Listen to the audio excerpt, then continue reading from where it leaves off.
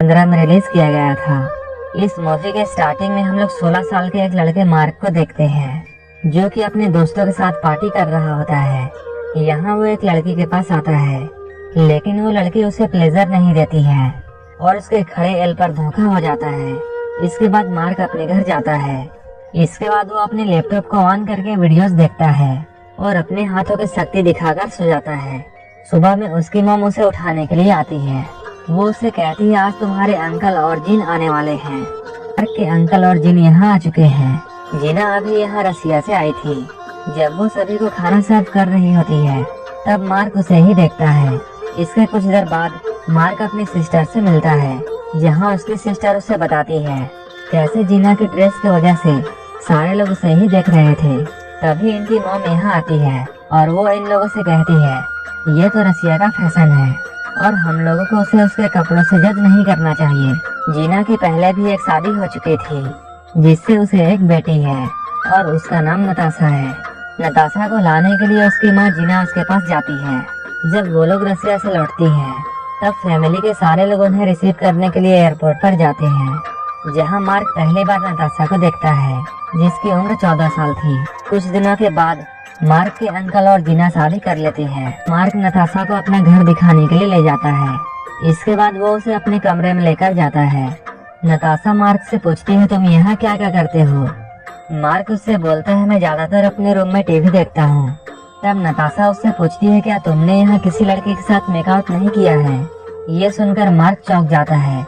वो नताशा से बोलता है तुम तो सिर्फ 14 साल की हो और तुम ऐसी बातें कैसे कर सकती हो। नताशा उससे बोलती है मैं बहुत सारे आदमियों के साथ ऐसा कर चुकी हूँ और अगर तुम चाहते हो तब मैं तुम्हारे साथ भी वैसा कर सकती हूँ। ये सुनकर मार्क उससे कहता है मेरे अंकल ने तुम्हारी मॉम से शादी कर ली है और इस वजह से हम लोग कजन हुए। ये सुनकर नताशा उससे बोलती है मैं अपने मॉम से बहुत नफरत करती हूँ और उनका कई मर्दों के साथ अफेयर रह चुका है और ये सब उसने अपनी आंखों से देखा है। ये सुनकर मार्क चुप हो जाता है। अगले दिन मार्क नताशा के घर पर जाता है। यहाँ जीना उसे बताती है नताशा को अकेले रहना पसंद है, वो काफी अलग है और अगर वो कभी तुमसे गुस्सा हो जाए तब तुम बुरा मत मानना। इसके बाद नताशा की मॉम उसे बाहर बुलाती है, लेकिन उन दोनों के बीच में कुछ बात को लेकर अनबन चल रही थी। इस वजह से नताशा बहुत गुस्सा थी और वो यहाँ से चली जाती है। इसके बाद मार्क भी उसके पीछे पीछे आता है। उससे मिलकर मार्क पूछता है आखिर बात क्या है।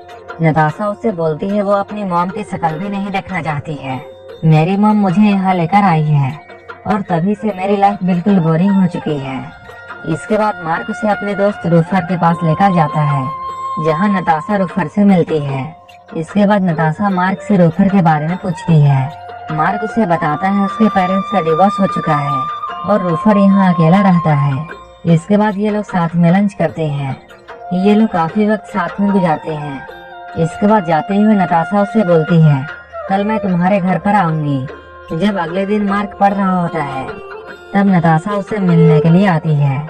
यहाँ ये लोग एक दूसरे के साथ बातें करते हैं। इसके बाद ये लोग साइकिल से बाहर घूमने के लिए जाते हैं। यहाँ मार्क अपने दोस्तों से मिलता है। तभी नताशा को यहाँ पता चलता है मार्क अपने दोस्तों के साथ गांजा पीता है। उसे ऐसा करते हुए नताशा देख लेती है और वो मार्क से पूछती है क्या वो भी स्मोक कर सकती है। अगले दिन जब नताशा मार्क के घर पर आती है तब मार्क उसे स्मोक करने के लिए देता है। साथ ही वो उससे ये कहती है वो भी इस तरह की वीडियोस बनाती है और वो यहाँ मार्क को सेड्यूस करने की कोशिश करती है और वो अपने कपड़े उतारने लगती है। इसके बाद मार्क भी अपने आप को कंट्रोल नहीं कर पाता है।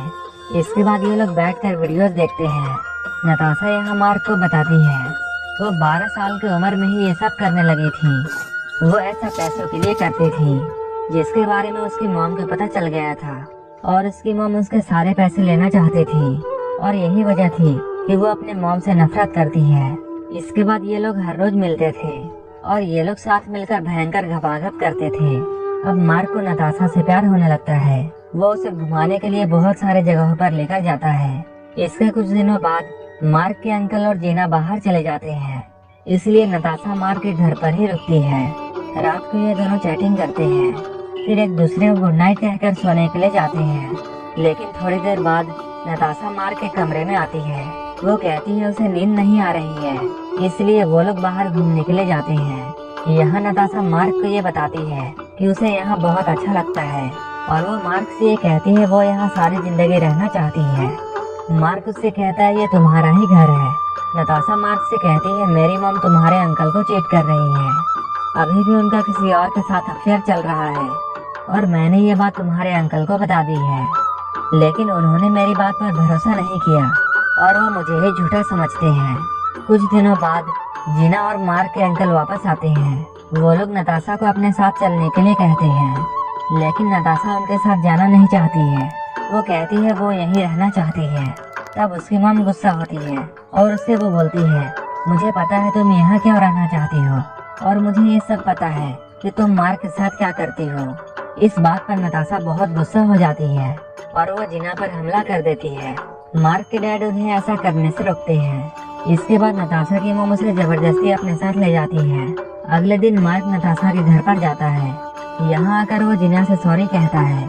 जीना उससे बोलती है इसमें तुम्हारी कोई गलती नहीं है। यहाँ वो नताशा की बुराई करती है और कहती है वो एक बहुत बिगड़ी हुई लड़की है, उसके कई बड़े बड़े मर्दों के साथ अफेयर रह चुके हैं, लेकिन तुम तो अभी बच्चे हो।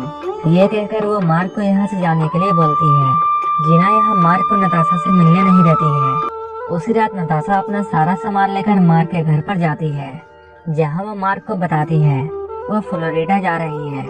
वो उससे पूछती है क्या वो भी उसके साथ आना चाहेगा।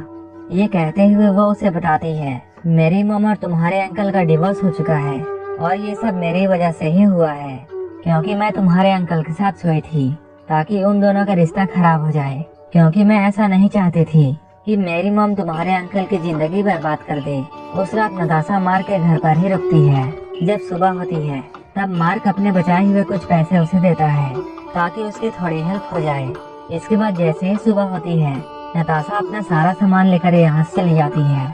यहाँ मार्क के फैमिली वाले ये सोचकर बहुत परेशान थे कि मार्क के अंकल ने इतनी जल्दी अपनी शादी क्यों तोड़ दी, क्योंकि मार्क के अलावा यहाँ किसी को भी पता नहीं था कि इसके पीछे की वजह क्या है। मार्क इन्हें कुछ भी नहीं बताता है। वहीं मार्क का दोस्त रूफर उसे बार बार कॉल कर रहा था, लेकिन मार्क उसका कॉल नहीं उठा रहा था। कुछ दिनों बाद जब मार्क रूफर के घर में जाता है तब वो नताशा को यहाँ देखता है। तब रूफर उससे ये बोलता है मैं यही बात तुम्हें बताने के लिए बार बार तुम्हें कॉल कर रहा था, लेकिन तुम मेरा कॉल रिसीव नहीं कर रहे थे। रूफर मार्क से ये बोलता है नताशा यहाँ मेरे साथ सेफ रहेगी। तभी वहाँ नताशा आती है और वो मार्क की तरफ गुस्से से देख रही होती है। इसके बाद मार्क भी बहुत गुस्सा हो जाता है। वो यहाँ बहुत उदास था क्योंकि वो नताशा से प्यार करता था, लेकिन उसने उसे धोखा दे दिया और ये मूवी यहीं पर खत्म हो जाती है।